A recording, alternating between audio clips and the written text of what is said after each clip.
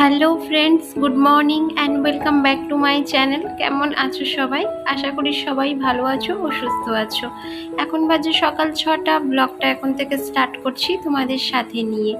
আর বন্ধুরা, এখন ঘুম থেকে সবে মাত্রই উঠলাম। উঠে আগে জানলা দরজাটা খুলে দিচ্ছি, তারপরে ঘরের সমস্ত বাদবাকি কাজগুলো সারবো।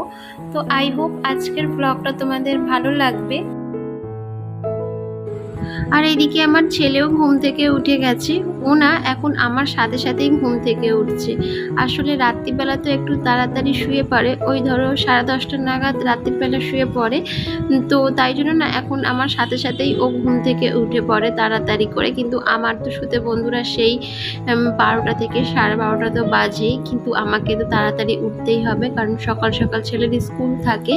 আর তার সাথে কি বলতো, সংসারের তো যাবতীয় সংসারের কাজও পড়ে থাকে।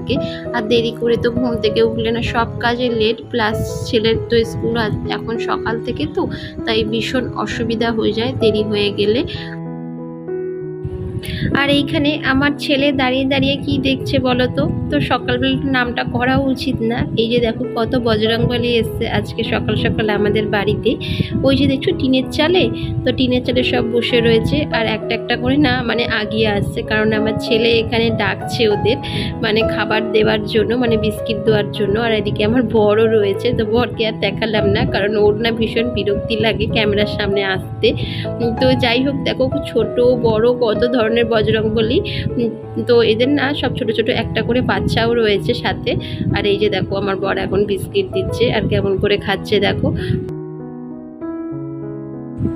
প্রায় অনেক দিন পর এদের আমি দেখলাম বাড়িতে আসতে। যেন আগে দেখতাম মানে প্রায় 3-4 বছর আগে প্রায় লক্ষ্য করতাম যে বাড়িতে আসতো, এটা সেটা খাবার খেয়ে যেত, কিন্তু তারপর না আর দেখাই পেতাম না বেশ কিছুদিন। কিন্তু এখন দেখছি না প্রায় আসতে শুরু করেছে এরা, বেশ ভালোই লাগে খাবার দিতে।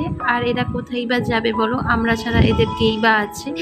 তো যাই হোক, এখন দেখো ঘরের কাজে লেগে পড়লাম, কারণ ওইখানে দাঁড়িয়ে তো টাইম পাস করলে আমার হবে না, কারণ সকাল সকাল ঘুম থেকেই উঠেছি সমস্ত কাজ তাড়াহুড়ো করে সারবো বলে। তাই বাসি ঘরটা ঝাড় দিয়ে এখন ঘরটাও মুছে নিচ্ছি আগে।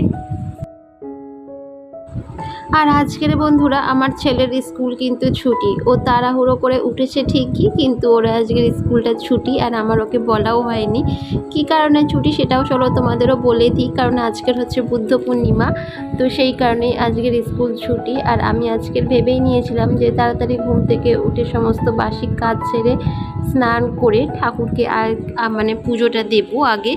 তো যাই হোক, যেহেতু আজকের বৃহস্পতিবার, তার সাথে হচ্ছে আবার পূর্ণিমা, তো ঠাকুর ঘরে বেশ অনেকটাই কাজ আছে বন্ধুরা। তো তোমরা সঙ্গে থাকো আর ভিডিওটা পুরো দেখতে থাকো। শুনেছি বৃহস্পতিবার যদি পূর্ণিমা পড়ে থাকে তাহলে ওই দিনটা অত্যন্ত শুভ। অনেকে আবার সত্যনারায়ণের পুজোও দেয় আজকের দিনে। তো যাই হোক, তোমাদের সাথে গল্প করতে করতে আমার ঘরটাও মোছা হয়ে গেল। আর আজকের সকালের ব্রেকফাস্টে রয়েছে দেখো চাউমিন। এই যে সস দেওয়া চাউমিনটা দেখছো, এটা আমার বরের, আর পাশেরটা হচ্ছে আমার, কারণ আমি সস খাই না, অতটাও পছন্দ লাগে না, তাই খাই না। আর এই যে আকাশটা দেখছো কত সুন্দর প্রাকৃতিক দৃশ্য, যেন মনে হচ্ছে শরতের আকাশ, মানে দুর্গাপুজোর আগে যেরকম আকাশটা থাকে, তো সেম ঠিক একই। কিন্তু না বন্ধুরা, এখন তো দুর্গাপুজোর প্রায় অনেক দেরি।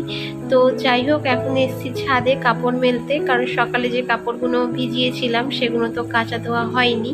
তো একটু তাড়াহুড়ো করেই কাজ করছি, যাতে সকাল সকাল সমস্ত কাজটা কমপ্লিট করে স্নান করে ঠাকুরকে আগে পুজোটা দিতে পারি। একেবারে স্নান টান সেরে ভিডিওটা আবার কন্টিনিউ করলাম বন্ধুরা। আর এত পরিমাণে গরম হচ্ছিল যে স্নানটা করা না পর্যন্ত যেন শরীরের মধ্যে না একটা অস্বস্তি হয়েই যাচ্ছিল। তো স্নানটা করে আপাতত এখন রিলিফ একটু পেলাম, কিন্তু আবার তো সেই ছাদে যেতে হবে ঠাকুরের পুজো। আর আমার যেহেতু ছাদে ঠাকুর ঘর, তাই অতিরিক্ত না গরম হয়, আর ছাদে তো কাঠ ফাটা একদম রোদ্দুর। এদিকে আমার সিঁদুর পরাও কমপ্লিট। আর আজকের যেহেতু বৃহস্পতিবার, তার সাথে আবার ভরা পূর্ণিমা, তাই জন্য ভাবলাম আজকের একটু আলতা পরি। বেশ অনেক দিন পরেই পড়ছি বন্ধুরা, তাই একটু হয়তো উলটপালট হবে, কারণ অভ্যাস নেই তো। তো সেই কারণে না ঠিকভাবে পরতেও পারছি না, কিন্তু বন্ধুরা আমি চেষ্টা করছি একটু সুন্দরভাবে পরার। তো বেশ ভালোই লাগে জানো তো পাটা আলতা পরলে, কিন্তু আমার না মানে পরা আর হয় না। যতবারই ভাবি পরবো পরবো বৃহস্পতিবার করে, কিন্তু ওই পরবো পরবো পর্যন্তই ঠিক আছে, তারপরে আর পরা হয় না। কিন্তু আজকের কি মন চাইলো বন্ধুরা, যে মনে হচ্ছিল যে একটু আলতা পরি পায়েতে। সংসারের সুখ সমৃদ্ধি এবং মঙ্গল কামনায় অনেকে আজকের দিনে অনেক কিছু নিয়মকানুন পালন করে বন্ধুরা, কিন্তু আমি না কিছুই করতে পারি না। মানে যতটুকু আমার সাধ্যের মধ্যে ততটুকুই আমি করতে পারি। আর নিজের তো কোনো সেই রকমভাবে জ্ঞানও নেই যে কিভাবে কি পুজো বাচ্চা, তো অত কিছু তো নিয়মকানুন আমি জানিও না। কিন্তু যতটুকু জানি বন্ধুরা সেটা দিয়েই আমি মানে সেটা মাথায় রেখেই পুজোটা করি। তো যাই হোক, এখন দেখো আমার আলতা পরাও কমপ্লিট হয়ে গেছে, আর এদিকে এইসব করতে করতে বেশ অনেকটাই বেলা হলো। কারণ এদিকে আবার ঠাকুরের ঘরেও তো অনেক কাজ, যেমন ধরো এই ঠাকুরের সিংহাসনটা কাপড় জামা চেঞ্জ করে, মানে ঠাকুরের যে আসন সমস্ত কিছু চেঞ্জ করে আবার সিংহাসন পরিষ্কার করে আবার নতুন কাপড় পাচ্ছি। তোমরা হয়তো ভিডিওর মাধ্যমে আমার এই সমস্ত কাজকর্মগুলো একটুখানি সময়ের জন্য দেখতে পাও, কিন্তু এগুলোর পিছনেও বন্ধুরা অনেকটা কিন্তু সময় চলে যায়, যেটা আমি ভিডিও এডিটিং করার সময় কেটে কুটে মানে ভিডিওটাকে আরও সৌন্দর্য বাড়ানোর জন্য, মানে তোমাদের যদি দেখতে ভালো লাগে সেই হিসেবে ভিডিওটা আমি বানাই। এটা সবাই মানে সবাই করে, শুধু আমি কেন। আর এই দিকে দেখো ভোলে বাবাকেও একটু দুধ দিয়ে আজকে স্নান করিয়ে দিলাম। আজকের অনেক সকাল সকালই দুধ দিয়ে গেছে, তাই ভাবলাম আজকের ভোলে বাবাকে একটু দুধ দিয়ে স্নান করাবো। সেই জন্য ছেলের দুধ থেকে একটুখানি দুধ আমি ঠাকুরের জন্য তুলে রেখেছিলাম। আর এইখানে দেখো আমি এখন লক্ষ্মী ঠাকুরের ঘরটাও পেতে নেব, তার জন্য দিলাম ঠাকুরের পায়ের কাছে একটু ধান আর একটু দুব্বা দিয়ে লক্ষ্মী ঠাকুরের ঘরটাকে স্থাপন করলাম। আমার ঠাকুর ঘরটা বন্ধুরা এতটাই ছোট যে ক্যামেরাটা রেখে মানে স্ট্যান্ড রেখে যে ঠাকুরকে মানে পুজো দেওয়াটা তোমাদের একটু ভালোভাবে শেয়ার করব, তো সেটা পারি না গো। তাই জন্য ছোট ছোট করে স্কিপ করে করে তোমাদের দেখাচ্ছি এইদিক ওইদিক ঘুরিয়ে ঘুরিয়ে।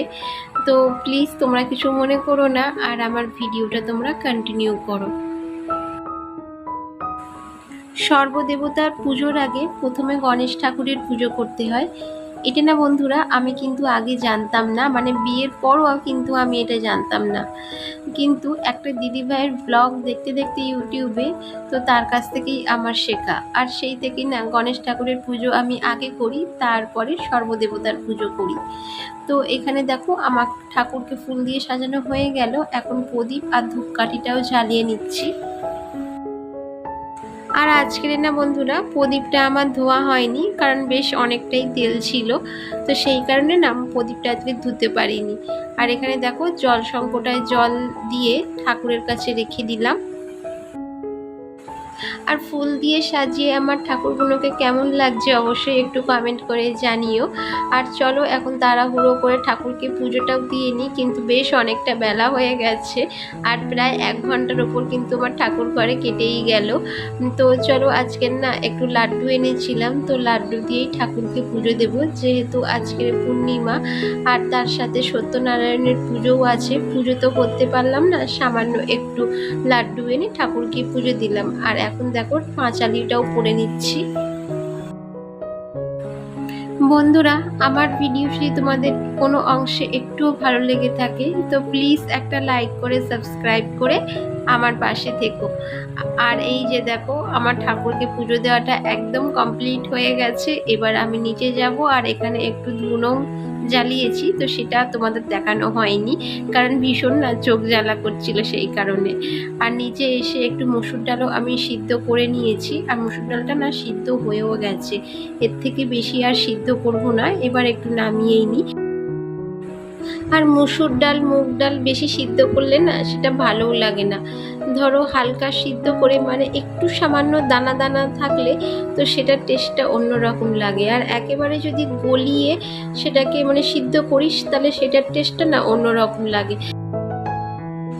প্রথমে আমি না প্রেশার কুকারেই ডাল সিদ্ধ করতাম, কিন্তু যতই মানে কম সিটি দিয়ে নামাতাম না কেন বন্ধুরা, কিন্তু ডাল গলে একদম পাক হয়ে যেত। তাই জন্য এখন সামান্য একটু ডাল তো, তাই আমি কড়াতেই করে নিই। আর এখন ওইদিকে ডালটা বসিয়ে চুলটাও আঁচড়ে নেব, কারণ চুলটা বন্ধুরা পুরো ভিজেই ছিল।